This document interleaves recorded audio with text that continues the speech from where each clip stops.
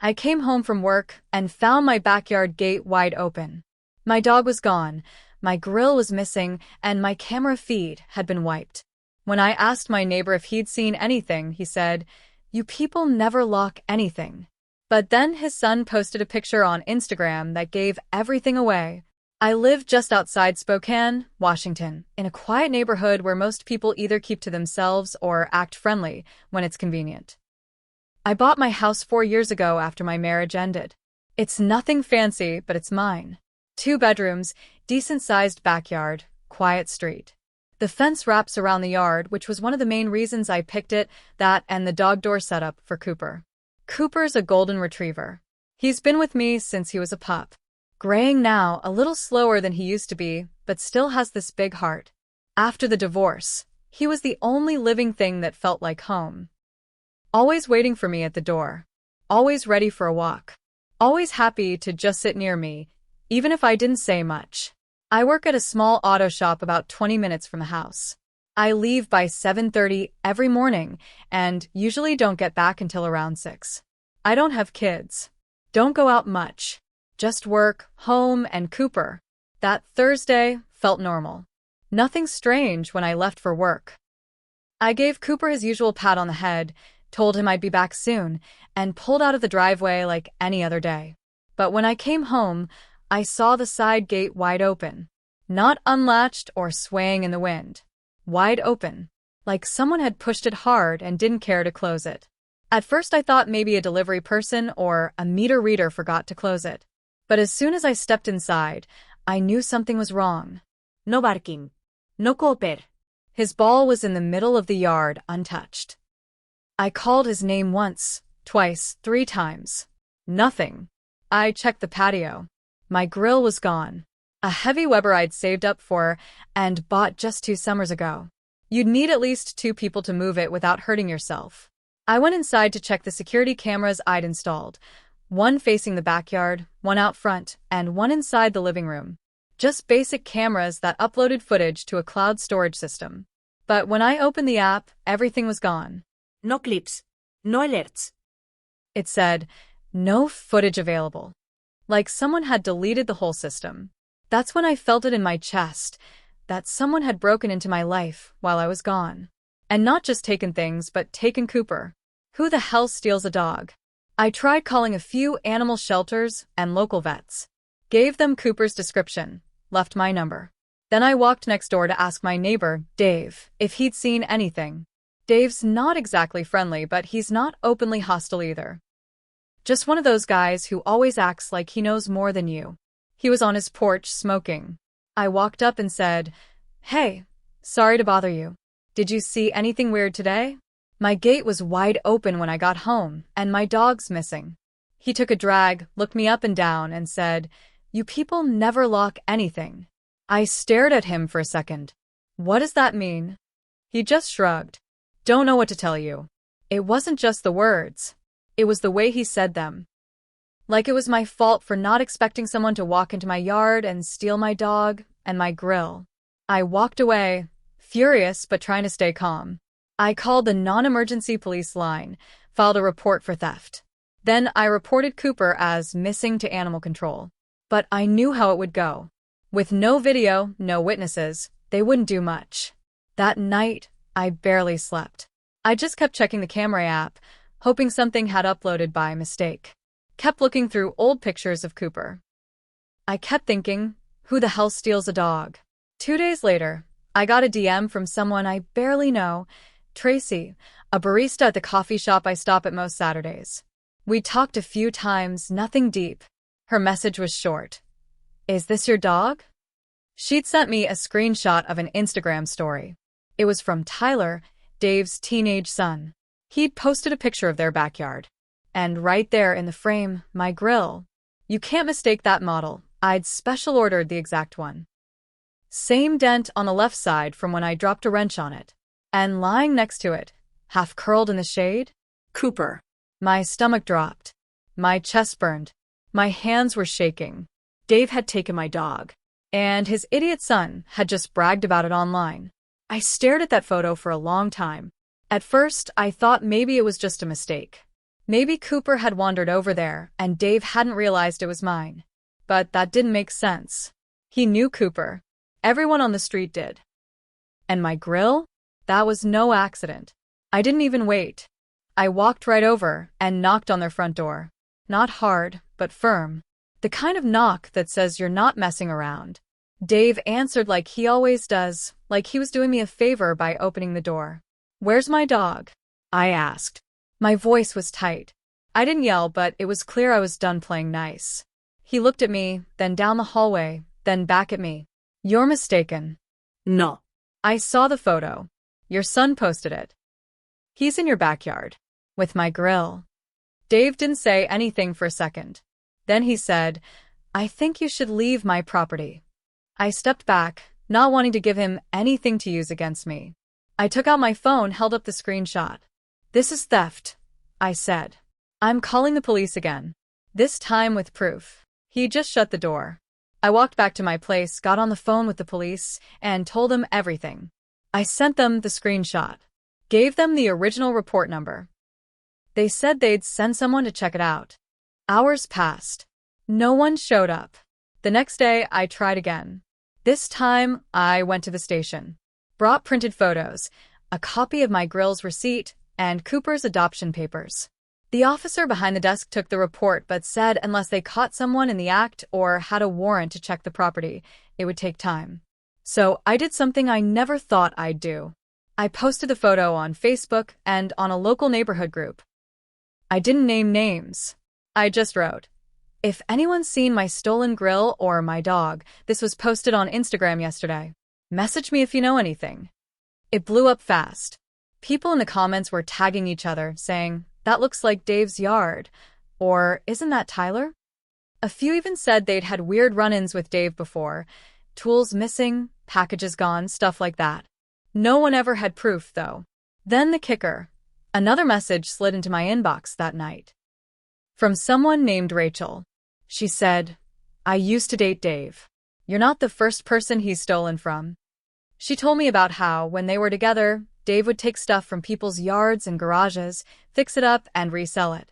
Said he even stole a lawnmower from someone down the street once and spray-painted it. Claimed it was his all along. "I wouldn't be surprised if he wiped your cameras too," she added. "He knows a guy who sets up home security. Probably helped him figure out how." Now I was furious. Cooper wasn't a grill or a lawnmower. He was my family.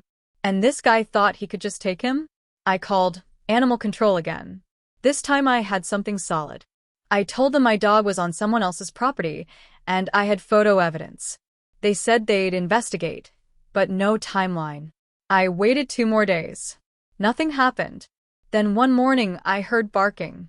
I froze. It wasn't just any bark, it was Cooper's. I knew that sound like I knew my own voice. I ran to the backyard and looked over the fence. And there he was, standing in Dave's backyard, tied to a tree with a short leash. He saw me and started barking like crazy, whining, tail wagging, trying to pull toward the fence. That was it. I wasn't waiting anymore. I stood there at the fence, gripping the top so hard my knuckles turned white. Cooper kept barking, pulling at the leash like he was trying to tear through it. He looked thinner. His coat wasn't brushed. There was a bowl nearby, but it was dry. I took out my phone and started filming. I zoomed in on the grill, on Cooper, on the leash. I got it all. Then I walked straight back inside and made one more call, this time to a lawyer. A friend of mine from high school, Mike, had gone into law and now handled property disputes and small claims. I hadn't talked to him in years, but when I explained the situation, he told me to come in right away. I showed him the photos, the original police report, the video I just took, the screenshot of Tyler's Instagram. "This is bad," he said. "But it's also good, because this is enough." He helped me file an emergency order to reclaim personal property. It wouldn't be fast, but it put things in motion. He also helped me submit everything, the timeline, the stolen grill, the deleted footage, and the stolen dog, as part of a civil complaint. That same evening, I got another message. This one from a woman I didn't know, but who had seen my post in the neighborhood group. She said she was Tyler's ex-girlfriend. She told me Tyler had bragged about taking the dog. Said his dad took it off that idiot neighbor who always leaves his yard open. She also said she'd seen the grill up close, and that they tried to scratch the serial number off but only half finished the job. That was all I needed.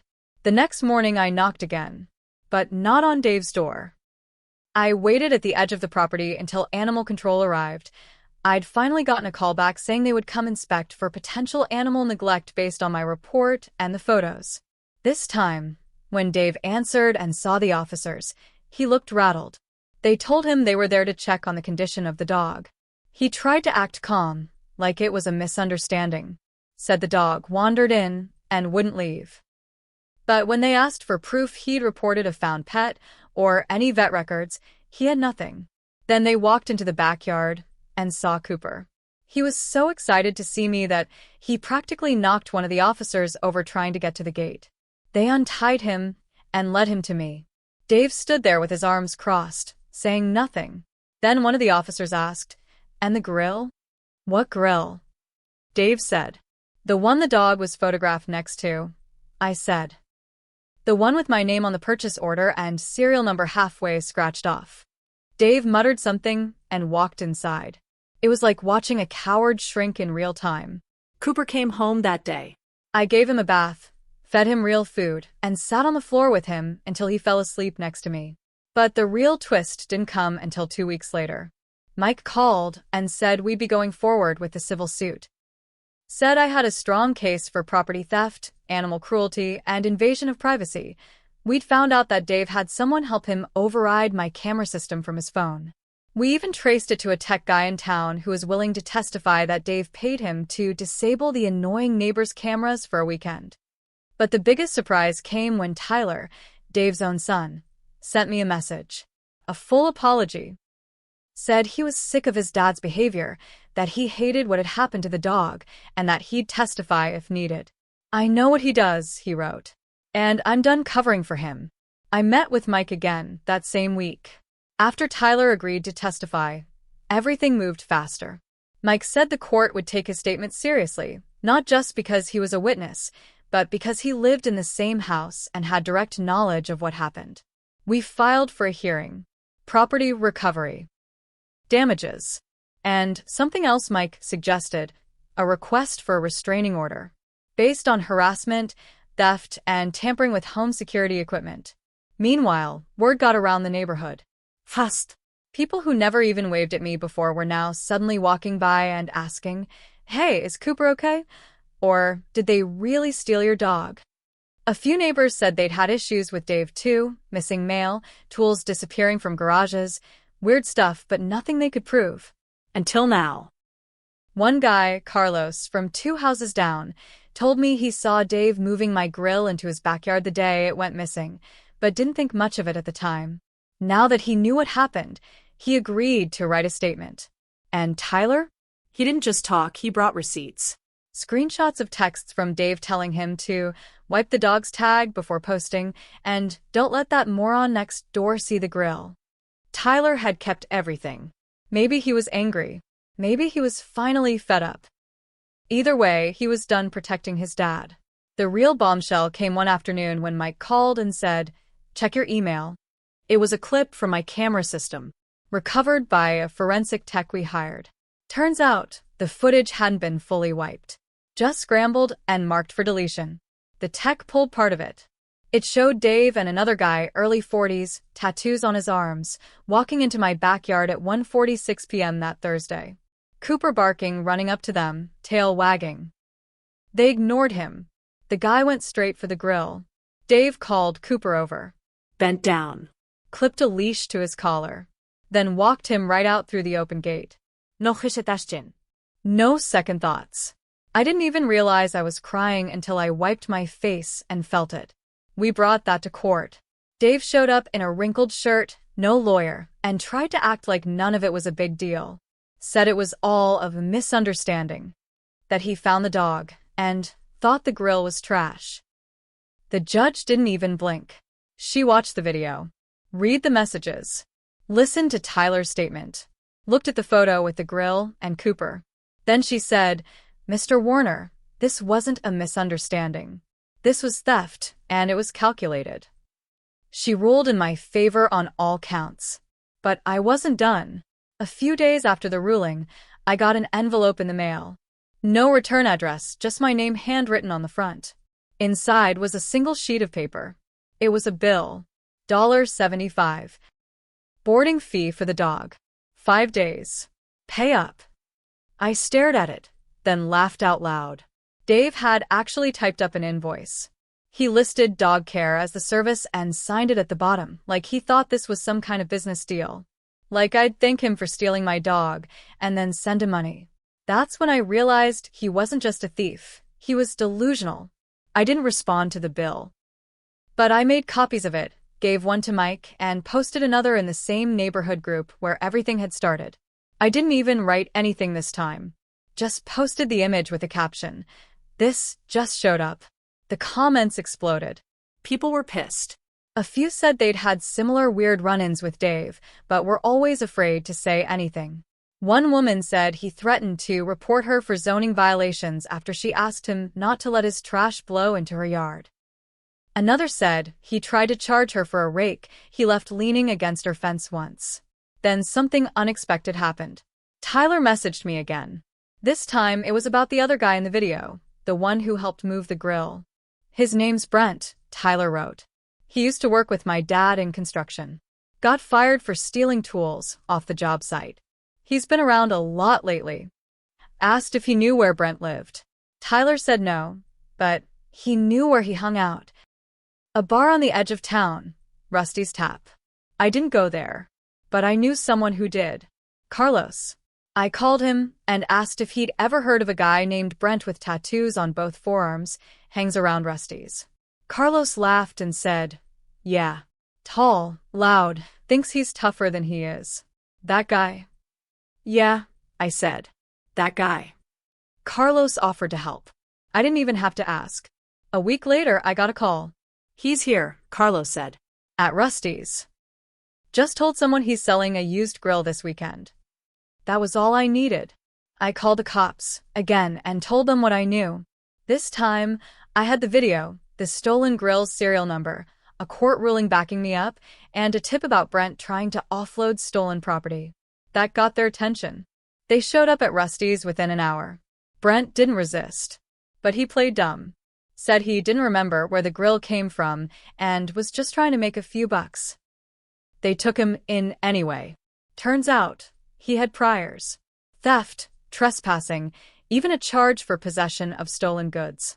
With my case now tied to it, the DA was looking into possible charges for both Brent and Dave, conspiracy to commit theft, and maybe more, depending on what else they found. It was like the whole mess was finally catching up to them. But the part that stuck with me most? The night after Brent got picked up, Tyler came by. He stood on my porch, hands in his hoodie pocket, looking nervous. I just wanted to say I'm sorry, he said. For everything. My dad's not a good person. I know that now. He looked down, then back at me. If you want, I can help fix the part of your fence they broke. I'm good with tools. I don't want anything. Just want to make something right. I stared at him for a second, then nodded. Yeah, I said. That'd be good. Cooper still flinches when someone knocks at the door. The grill's back where it belongs, but I barely use it now. And sometimes I catch myself staring at the fence, wondering how long they watched my house before walking in like they owned it. I got most of my stuff back, sure, but the trust? That's gone.